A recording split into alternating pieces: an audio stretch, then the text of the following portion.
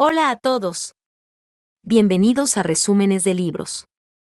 Hoy les traigo un resumen detallado del libro Antes que anochezca de Reinaldo Arenas. Antes que anochezca es una de las autobiografías más conmovedoras y valientes de la literatura latinoamericana del siglo XX.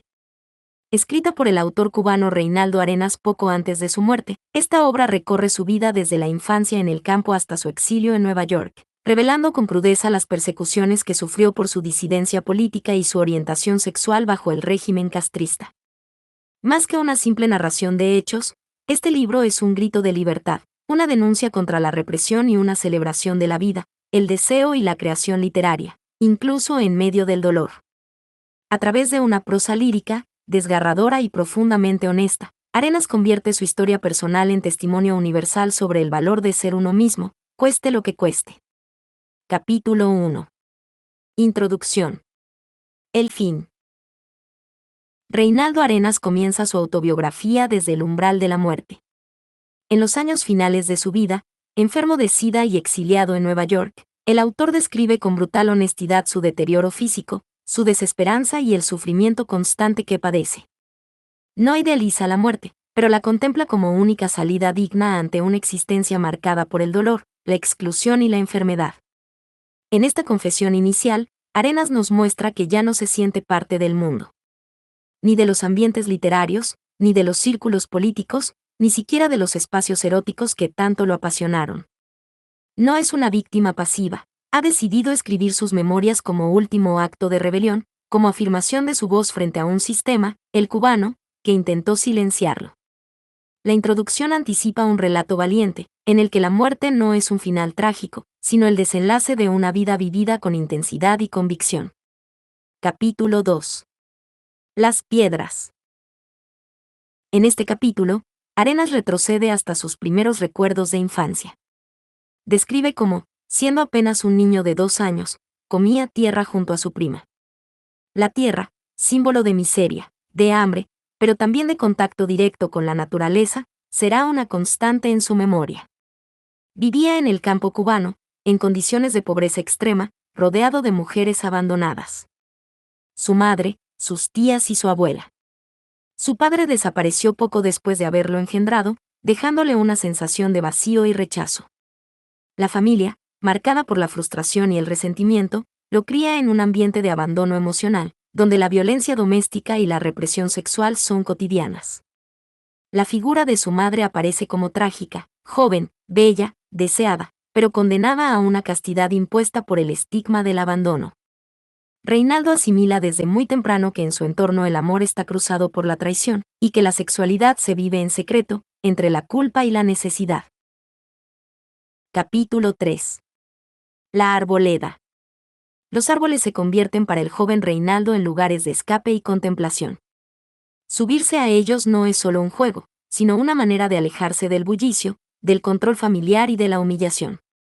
Desde lo alto, contempla el mundo con distancia y, al mismo tiempo, se adentra en sus fantasías. En esa arboleda desarrolla su imaginación, inventa personajes y comienza a percibir su diferencia. La soledad no lo amarga, más bien, lo impulsa a crear un universo propio. Pero ese universo también está atravesado por lo oscuro. Un día encuentra el cadáver de un feto abandonado, probablemente de alguna de sus tías. Esa imagen lo confronta con la realidad brutal de la marginalidad, del cuerpo rechazado, de la vida que no se permite. La arboleda es, así, una metáfora del paraíso y la expulsión, de la libertad infantil y el inicio de la conciencia sobre la violencia social y familiar. Capítulo 4. El río. El río Lirio es uno de los escenarios más importantes de su infancia. En él se encuentra con el deseo, con el cuerpo y con la belleza. Durante una celebración religiosa, ve por primera vez a un grupo de jóvenes bañarse desnudos y queda fascinado. Esa escena marca el descubrimiento de su homosexualidad. Observa en silencio los cuerpos mojados, los músculos tensos, los sexos brillantes, y siente una atracción que no puede compartir con nadie. Esa noche, solo, descubre la masturbación, sin saber qué es ni cómo nombrarla. El río, entonces, es símbolo de vida y peligro. Lo atrae por su fuerza, por lo que arrastra, por su capacidad de despertar el placer y, a la vez, el deseo de desaparecer. La muerte y el deseo comienzan a entrelazarse como fuerzas complementarias en su conciencia. Capítulo 5. La escuela. La escuela rural a la que asiste está ubicada a varios kilómetros de su casa, y debe llegar a ella a caballo. El edificio es precario, pero la experiencia no es del todo negativa. Su maestra es una mujer bondadosa que, con gran esfuerzo, enseña a varios grados a la vez. Allí Reinaldo comienza a descubrir su facilidad con las palabras, su gusto por la poesía y su amor por la lectura. Participa en ceremonias patrióticas, como los besos a la patria, donde los niños deben recitar poemas de memoria. En medio de estos eventos, él se equivoca y dice perro flaco en lugar de perro triste, provocando las carcajadas de toda la clase. Ese detalle, aparentemente insignificante, revela cómo su inconsciente, cargado de imágenes reales de su entorno, se filtra incluso en lo que se supone solemne. En esta etapa también se despiertan sus primeras pasiones por otros niños. Aunque las relaciones no pasan de juegos o miradas, comienza a sentir que su forma de amar no encaja con lo que los adultos esperan. Capítulo 6. El templo.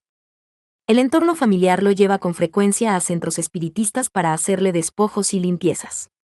La religión popular, mezclada con el miedo y la superstición, busca controlar el deseo, disciplinar el cuerpo. Reinaldo teme que durante una sesión alguna médium, poseída por un espíritu, revele públicamente su relación sexual con su primo Orlando. Aunque eso no sucede, el terror de ser descubierto lo marca profundamente.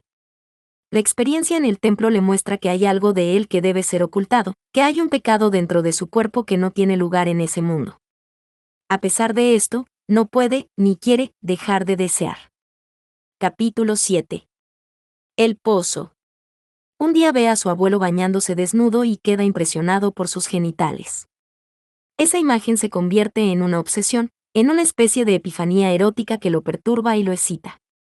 Fantasea con su abuelo, siente celos de su madre y de sus tías, y proyecta escenas sexuales en su mente. Es un niño, pero sus pensamientos están cargados de erotismo, deseo y contradicción.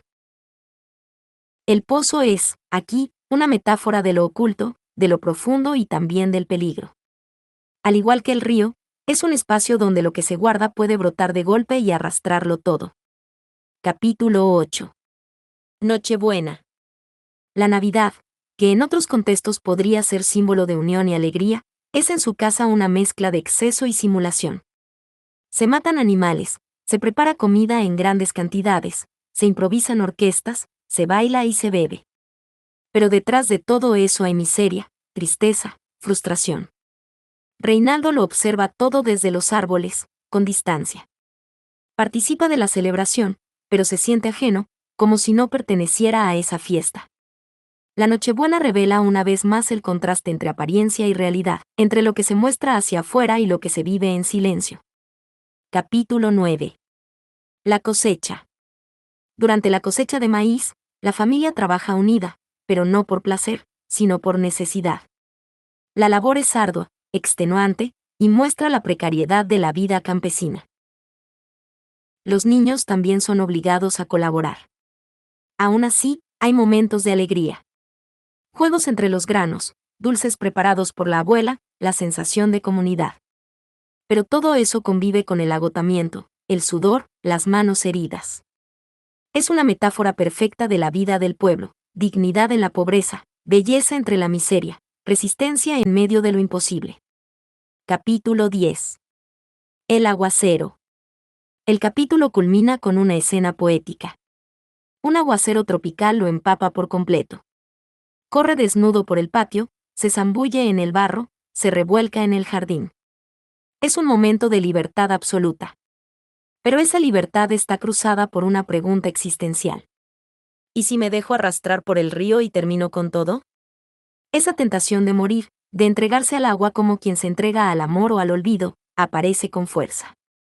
Finalmente no lo hace.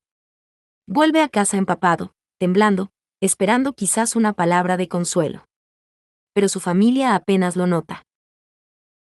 Se da cuenta, con una mezcla de tristeza y resignación, de que siempre ha estado solo, y que esa soledad será también su fuerza. Conclusión y reflexión final. Antes que anochezca no es solo el testimonio de un hombre que fue perseguido, silenciado y finalmente expulsado de su país, sino también la afirmación de una vida vivida con coraje frente a la opresión.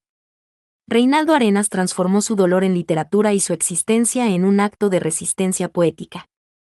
Su autobiografía, escrita con una honestidad brutal, nos recuerda que la libertad, ya sea política, sexual o creativa, es un derecho que debe defenderse incluso a costa del exilio, la cárcel o la muerte. En sus últimas páginas, no encontramos resignación, sino una claridad feroz. La certeza de que su voz sobrevivirá más allá del silencio impuesto, y de que escribir, para él, fue siempre una forma de vencer la oscuridad antes que anocheciera. Y eso es todo por hoy. Espero que hayan disfrutado de este resumen detallado del libro Antes que anochezca de Reinaldo Arenas. Si te ha gustado este video, no olvides darle un like y suscribirte a nuestro canal. También puedes activar la campanita para recibir notificaciones cada vez que subamos un nuevo video. Déjame saber en los comentarios si tienes algún otro libro que te gustaría que resumiera en el canal. Gracias por ver y nos vemos en el próximo video.